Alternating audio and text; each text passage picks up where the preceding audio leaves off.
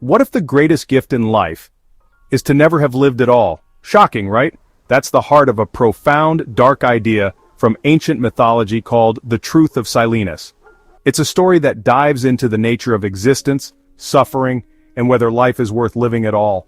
Heavy stuff, but trust me, understanding this ancient wisdom might just change how you see life itself. So grab a drink, settle in, and let's unravel the layers of this timeless yet unsettling truth.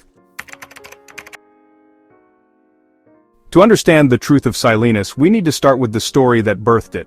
In Greek mythology, King Midas, yes, the same guy who turned everything to gold, once captured Silenus, a wise but drunken satyr who was a companion of Dionysus, the god of wine and revelry. Midas, eager to gain some profound insight, asked Silenus a life-changing question: what is the best thing for humans? Silenus, after some coaxing, gave his chilling response: the best thing for humans is not to be born, not to exist. The second best, to die quickly. Now if you're sitting there thinking, wow, that's bleak, you're not alone. This statement is one of the starkest expressions of existential pessimism in all of mythology. But why would Silenus, a creature often depicted as jovial and wise, say something so grim? And why has this myth endured for centuries? To answer these questions, we need to dig deeper into its meaning and its implications for humanity. At first glance, Silenus's truth might seem like pure nihilism, the belief that life is utterly meaningless.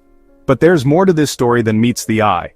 In ancient Greek culture, myths often served as reflections of deeper truths about life and the human condition. Silenus's words aren't just a random expression of pessimism, they represent a profound commentary on human suffering and the nature of existence. This myth took on even greater significance when philosophers like Friedrich Nietzsche brought it into the spotlight. Nietzsche, in his book The Birth of Tragedy, used the Truth of Silenus to explore the tension between two forces in life: the Apollonian, representing order and reason, and the Dionysian, representing chaos, passion, and suffering. He believed that life is inherently tragic, and the Truth of Silenus reflects humanity's deep struggle with this tragedy. Nietzsche wasn't alone in pondering this. Arthur Schopenhauer, another towering figure in philosophy, saw Silenus's truth as an articulation of his own belief that life is dominated by suffering. Schopenhauer argued that human existence is driven by an insatiable will to live, a force that propels us to constantly chase desires that, more often than not, lead to more pain than pleasure. Think about it. How often do we achieve a goal only to immediately start wanting something else? It's like an endless hamster wheel of striving, and for Schopenhauer, this cycle is the root of human misery. So, Silenus's statement isn't just random negativity, it's a profound observation of the struggles and dissatisfaction that define human life. If Silenus's truth leaves you feeling a bit hopeless, you're not alone. But not all philosophers interpreted his message as a call to despair. Enter Existentialism, a school of thought that acknowledges life's inherent absurdity, but urges us to embrace it anyway. Albert Camus, one of the most famous existentialists, argued that life is absurd because it lacks inherent meaning. However, he didn't believe this was a reason to give up. Instead, Camus proposed that we create our own meaning. He compared life to the myth of Sisyphus, a figure condemned to roll a boulder up a hill for eternity. For Camus, the point isn't whether the task is futile, it's about how we choose to face it. He wrote, "One must imagine Sisyphus happy." In other words, even in the face of absurdity, we can live fully and authentically. From this perspective, Silenus's truth doesn't have to lead us to nihilism. Instead, it challenges us to confront the darker aspects of existence and find our own reasons to keep going. Interestingly, Silenus's perspective isn't unique to Greek mythology. Many other cultures and philosophical traditions grapple with similar ideas. Take Buddhism, for example. At the core of Buddhist philosophy is the concept of dukkha, often translated as suffering or dissatisfaction. Buddhism teaches that life is inherently marked by suffering, but unlike Silenus's bleak outlook, it offers a path to transcend this suffering through enlightenment and inner peace. The goal isn't to escape life but to transform how we experience it.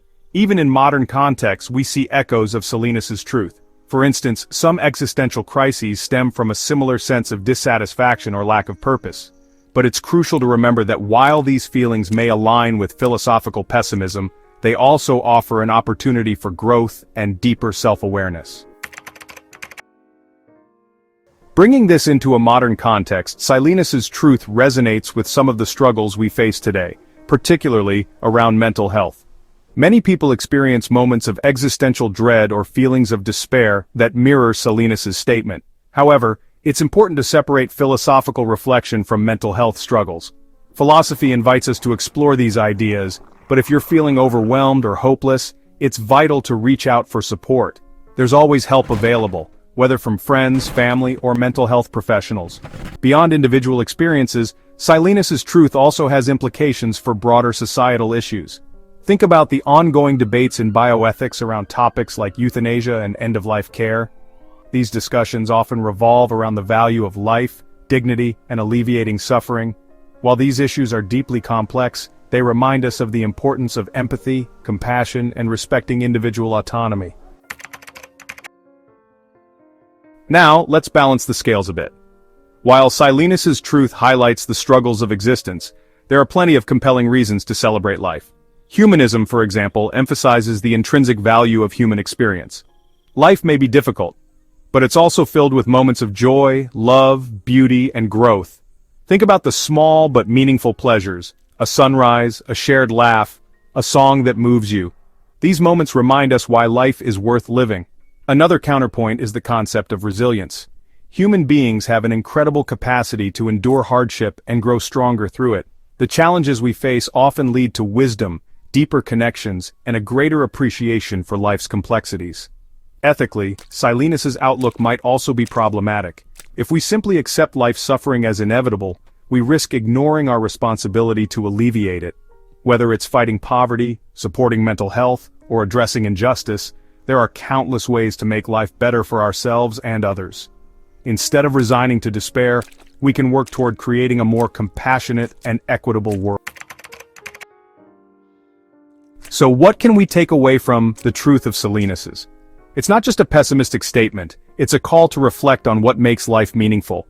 Yes, existence comes with suffering and challenges, but it also offers opportunities for joy, connection, and growth. Silenus's words invite us to confront the darker aspects of life, not to surrender to them, but to find our own reasons to persevere. If this topic intrigued you, I highly recommend diving into Nietzsche's The Birth of Tragedy or exploring works by Schopenhauer and Camus. But don't forget to balance it out with perspectives that celebrate life, like Viktor Frankl's Man's Search for Meaning or some good old existentialist humor. Thanks for joining me on this journey into one of philosophy's more unsettling truths. If you enjoyed this, please subscribe, and let me know in the comments, what do you think about the truth of Silenus? Is life inherently tragic, or do we create our own meaning? And what philosophical ideas should we explore next?